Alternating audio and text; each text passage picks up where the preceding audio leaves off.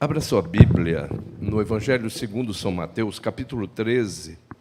Embora no banner vai aparecer somente o versículo 16, nós leremos desde o versículo 10 para um perfeito entendimento.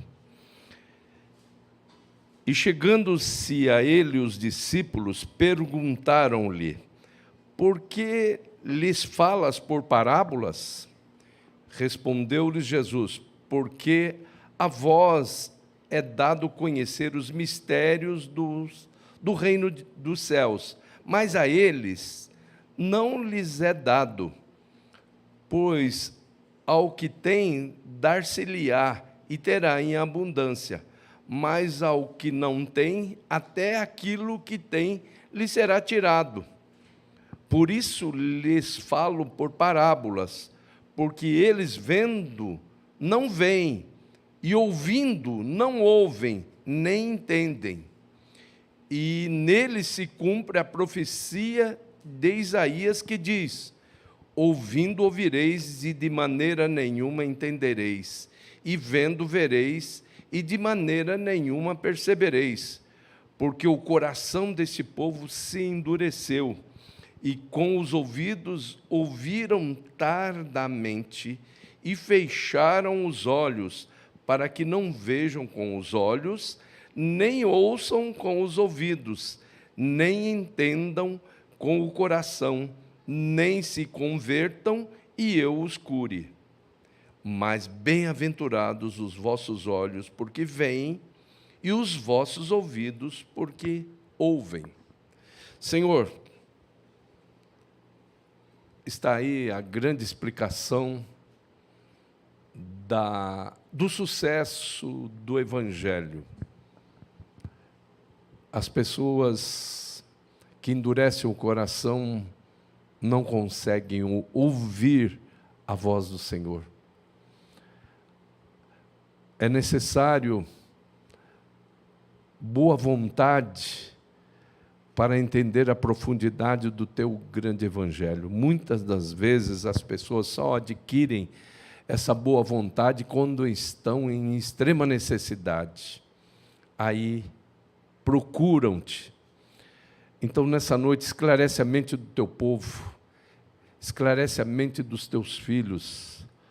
Alcança, meu Senhor, aqueles que estão sendo o público-alvo do Ministério de Libras dessa igreja. Alcança.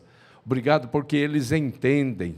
Obrigado porque eles são poderosamente impactados pela Tua palavra. Os dados do YouTube e do Facebook mostram isso, que o trabalho que é feito no domingo tem realmente uma repercussão muito maior. Pai querido, que a Tua palavra ela seja entendida e atendida pelos Teus filhos. Que o Teu povo não seja somente ouvinte, mas que seja praticante.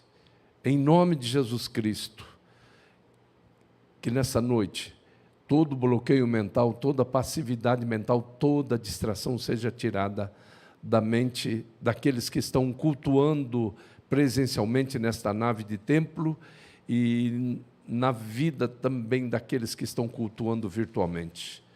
Em nome do Senhor Jesus Cristo, nós oramos e para a glória de Jesus dizemos amém. Podeis vos assentar.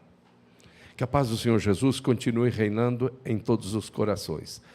Eu vou falar algo aqui que não tinha conversado ainda com a Kênia.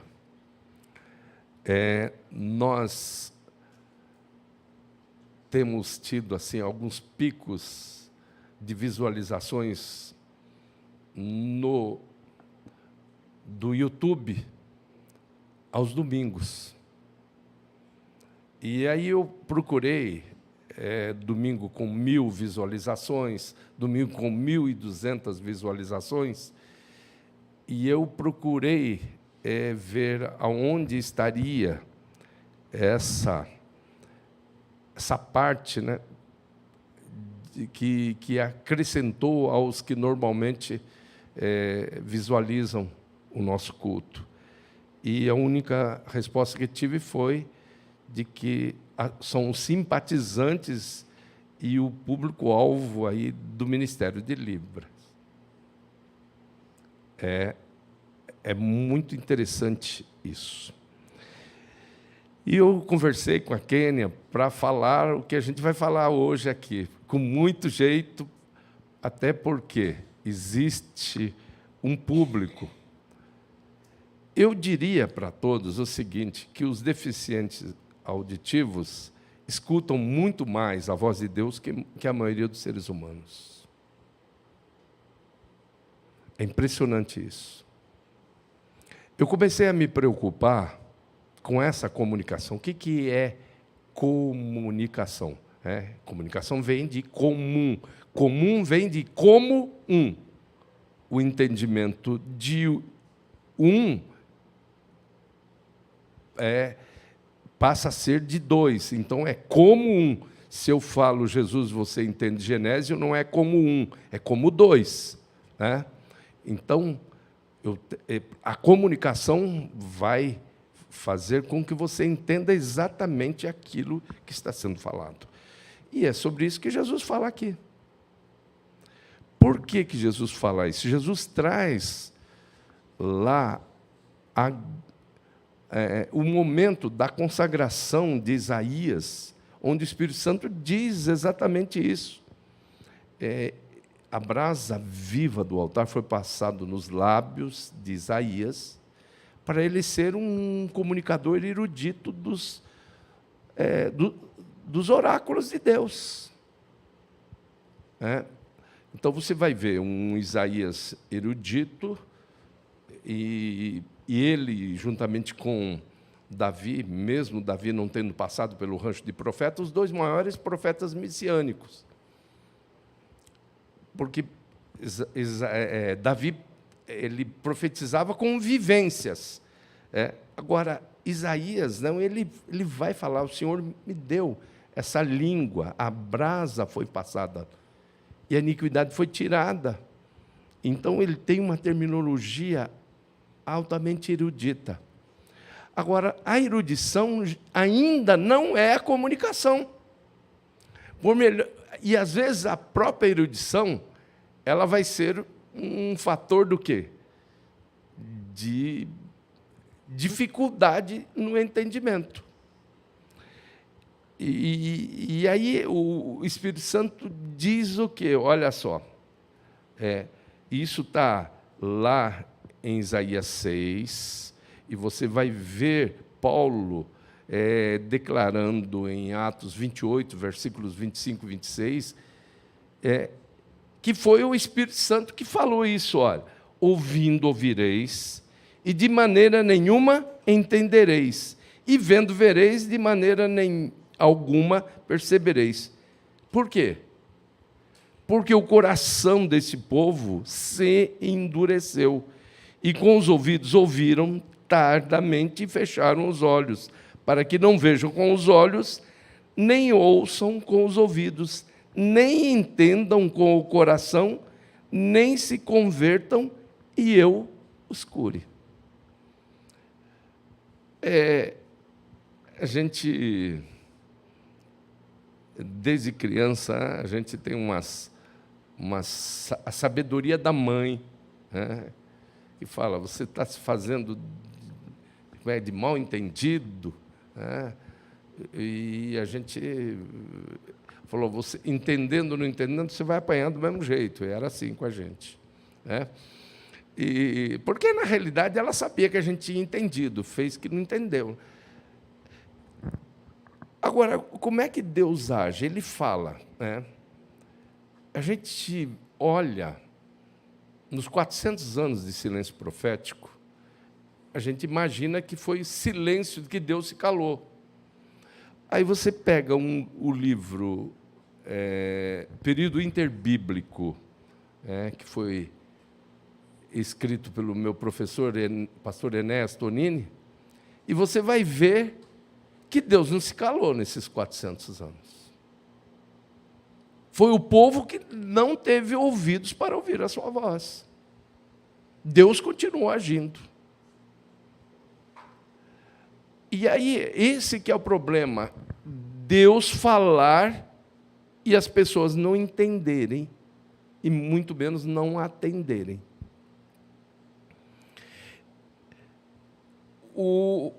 Quando Deus ele quer assim que algo seja entendido, ele trabalha, né, pela boca de 2 ou 3 testemunhas, toda palavra será confirmada. Aí você olha e vê os chamados evangelhos paralelos, os sinóticos. Você vê Marcos, que é o primeiro evangelho, ele está colocado em segundo lugar, mas ele é o primeiro evangelho, é o chamado proto-evangelho. Aí você vê Mateus e você vê Lucas. E depois você vê o evangelho mais reflexivo, mais teológico, que é o de João. Mas os chamados sinóticos são Mateus, Marcos e Lucas. Você vê Mateus defendendo a tese da messianidade de Jesus a partir da genealogia. Então, ele é Messias porque eu vou mostrar desde o princípio que a genealogia o levou até esse ponto. Aí você vê Marcos preocupado, e ele é o primeiro evangelho, ele se preocupa com o cumprimento das profecias de Isaías. Ele defende a tese da messianidade de Jesus a partir do cumprimento das profecias de Isaías. E aí você vê um médico, né, o doutor Lucas, trabalhando em cima daquilo que era a sua ciência. Ele defende a tese da messianidade de Jesus a partir do nascimento sobrenatural de Jesus Cristo. A fecundação de um óvulo de Maria através do Espírito Santo. E aí você olha, pela boca de 2 ou 3 testemunhas, toda palavra será confirmada. Você olha para o início da Epístola aos Hebreus e vê, havendo Deus falado muitas vezes e de diversas maneiras, a nós falou-nos através do seu Filho, a quem constituiu herdeiro de todas as coisas. Então nós temos um Deus que fala. Agora, por que você vai ver aqueles que não entendem, você vai ver aqueles que entendem, mas não atendem, mas nós vemos também, glória a Deus, porque aqui nessa nave de templo temos exatamente esse tipo de pessoas, que ouvem, entendem e atendem. E, logicamente, com os nossos queridos irmãos, queridas irmãs que estão cultuando virtualmente, ouvem, entendem e atendem. Agora, é o que você faz ao ouvir a voz de Deus? Qual é a sua reação? Nós já conversamos sobre isso dias atrás. Você olha para a realidade de um mundo que necessita de sair de equívocos. Nós estamos cheios de equívocos no mundo. E aí Deus continua dizendo, se hoje ouvirdes a sua voz, não endureçais o vosso coração, como em Meribá, como no dia de Massá no deserto, quando vossos pais me tentaram, me provaram e viram a minha obra. Durante 40 anos estive irritado com aquela geração e disse: é um povo que erra de coração e não conhece os meus caminhos. Por isso, jurei na minha ira, eles não entrarão no meu descanso. E o autor da carta aos Hebreus explica quem é esse Senhor que falou. Então, ele entende a maneira como Deus se comunica. Você vai ver santo, aliás, santo dos santos, santo, átrio ou pátio, né? Três vezes. Aí você entende que o Espírito Santo, ninguém diz que Jesus Cristo é o Senhor, senão pelo Espírito Santo. Que o Espírito Santo, ele, nesse tabernáculo que Deus instala no planeta Terra, o Espírito Santo está lá. Para onde me irei do teu Espírito? Para onde fugirei da tua face? Se eu subir ao céu, tu aí estás, mas se eu fizer a minha cama no Seol, lá nas profundezas da terra, até ali a tua mão me guiará e a tua destra me susterá. Então, o Espírito Santo, ele trabalha lá no meio de uma geração corrompida e perversa. E Jesus disse, eu rogarei ao Pai e Ele vos dará outro Paráclito para que fique convosco para sempre. E Ele nos faz ver que estamos no meio de uma geração corrompida e perversa. O Espírito Santo, ele passa a ser chamado de santo exatamente atuando no meio de uma geração corrompida e perversa. Porque a santidade nossa não é provada aqui dentro. É lá fora que nós somos santos. Aqui eu sou José de Oliveira Neto. Lá fora eu tenho que ser José de Oliveira Neto santo. No meio de uma geração corrompida e perversa. Então o Espírito Santo passa a ser chamado de Espírito Santo funcionalmente no meio de uma geração corrompida e perversa. E ele fala. Quem tem ouvidos para ouvir, ouça o que o Espírito diz às igrejas. E ele atua.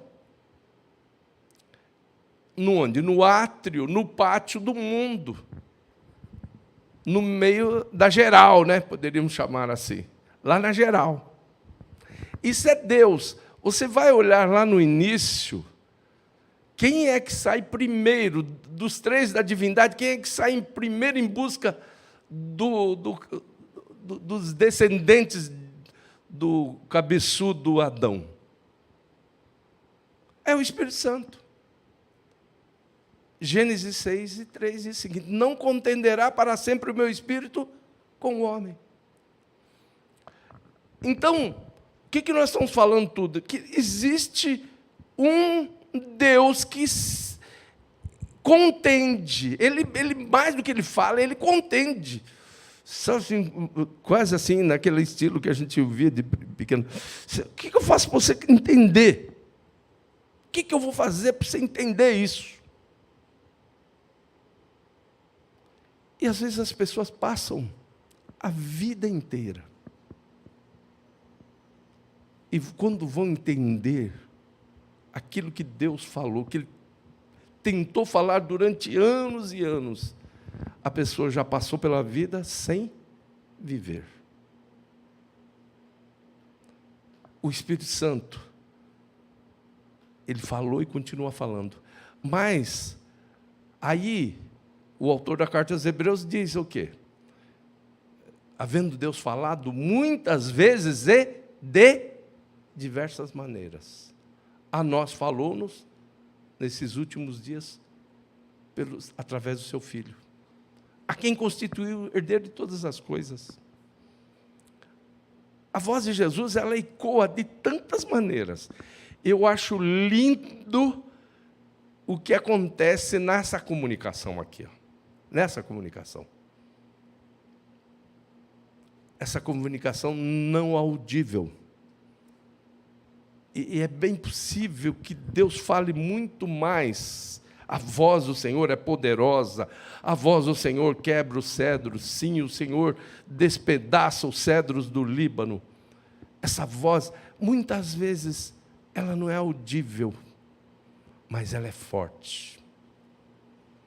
E eu já vi surdo chorar diante da presença de Deus, chorar diante da ação poderosa do Espírito Santo. Eu comecei a me preocupar, comecei a falar isso lá no Nordeste, com essa questão da comunicação para os deficientes auditivos. E um rapaz, ele se colocava no primeiro banco e ele me recomendava: pastor, olhe, mantenha o seu bigode aparado, que a gente não tinha libras lá. Mantenha o seu bigode aparado, olhe nos meus olhos, gesticule com coerência, porque eu quero comer toda a palavra.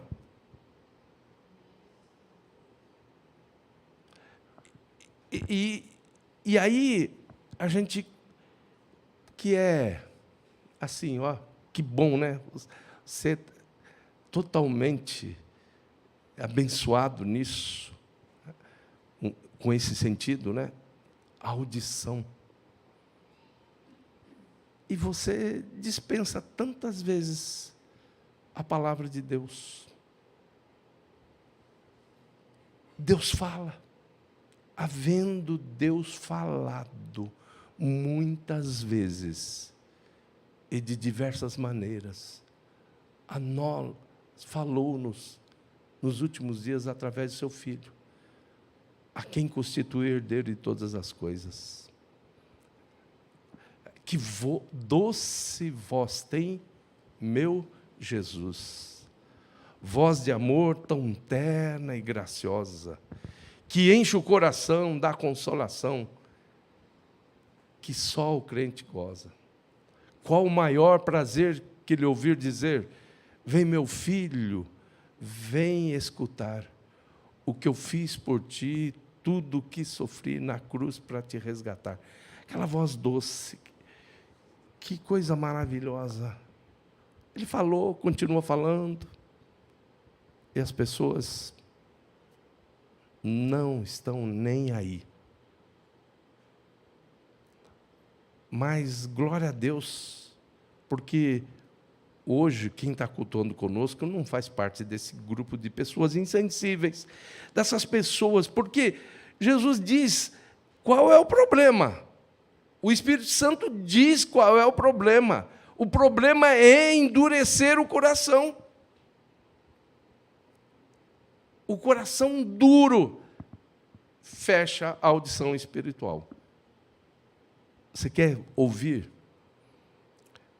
Eu me lembro de um tempo que a gente começou um avivamento muito forte na igreja de Vila Maria, e a gente orava com os universitários a partir das 11 horas, 11h30 da noite, na casa de um pastor José da Costa Menezes, e naquele tempo Deus começou a fazer grandes coisas, e de repente a gente deixava escapar, porque Paulo diz o seguinte: se profecia, seja a segunda medida da fé. Então tem determinadas pessoas que não têm fé para eu contar determinadas coisas, para eu falar determinadas coisas. Eu vou falar a partir da medida da fé da pessoa. Por quê? Para que ela não transforme a glória de Deus em infâmia. Ela começa a dizer: isso não existe, isso é meninice. Mas um colega de ministério chegou para mim e falou assim: que negócio é esse que você está falando? Deus me mostrou, Deus falou. E ele participava também com a gente, mas ele não entrou assim, ele não começou a ver tudo o que estava acontecendo e não se deixou crescer, né? O crescimento é crescer na graça e no conhecimento. Ele crescia no conhecimento, era bom de conhecimento, mas não cresceu na graça. E aí, eu falei: que negócio é esse? Eu falei: eu não consigo explicar para você. Me perdoe, mas eu não vou perder meu tempo aqui para tentar explicar. É um som que não dá para medir, através do medidor de decibéis. Não dá, não é assim. Havendo Deus falado muitas vezes e de diversas maneiras, a nós falou nesses últimos dias pelo seu Filho. E aí ficou um clima bem tranquilo naquela noite, na reunião que nós estávamos, da Missão Gênesis, e eu senti Deus. Eu estava ali na responsabilidade, como se eu tivesse sido assim, provocado, e eu não consegui dar resposta. E aquela sensação, de repente, eu senti como não, sem medo de errar. O Senhor veio e me abraçou na frente de todo mundo. Quem teve fé viu. Algumas pessoas viram.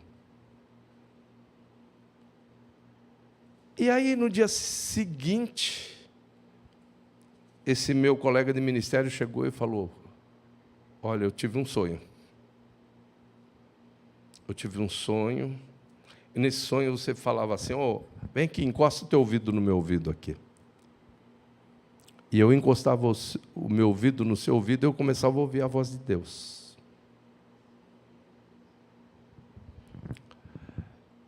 O que nós estamos querendo dizer com isso tudo? Existe um Deus que está falando. Existe um Deus que está se pronunciando. Muitas vezes, e de diversas maneiras. E quem tem ouvido, está ouvindo. E quem tem ouvido, está se preparando. Quem tem ouvido faz parte das 5 virgens prudentes, que abasteceram as suas lamparinas.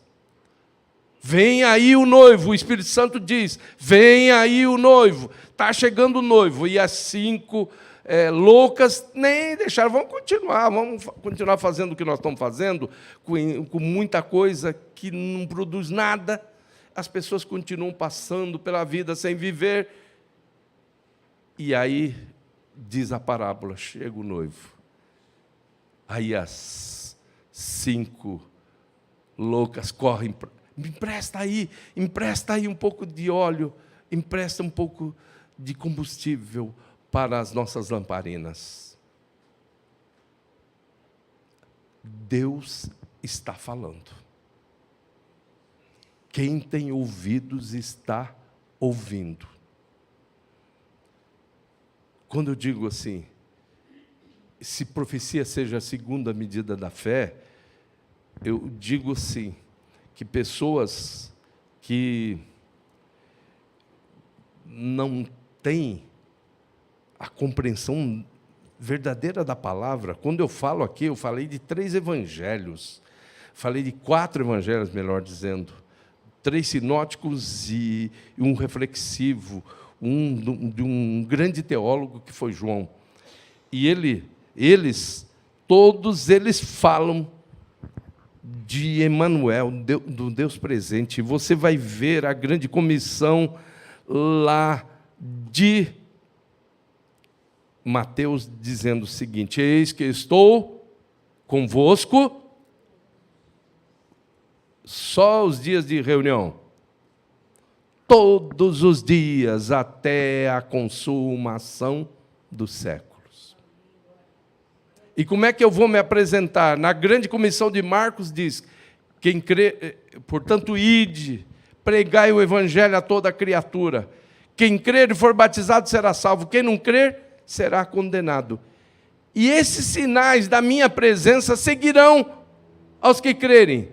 Em meu nome expulsarão demônios, falarão novas línguas, pegarão nas serpentes, se beberem alguma coisa mortífera não lhes fará dano algum, e porão as mãos sobre os enfermos e os curarão. Temos totais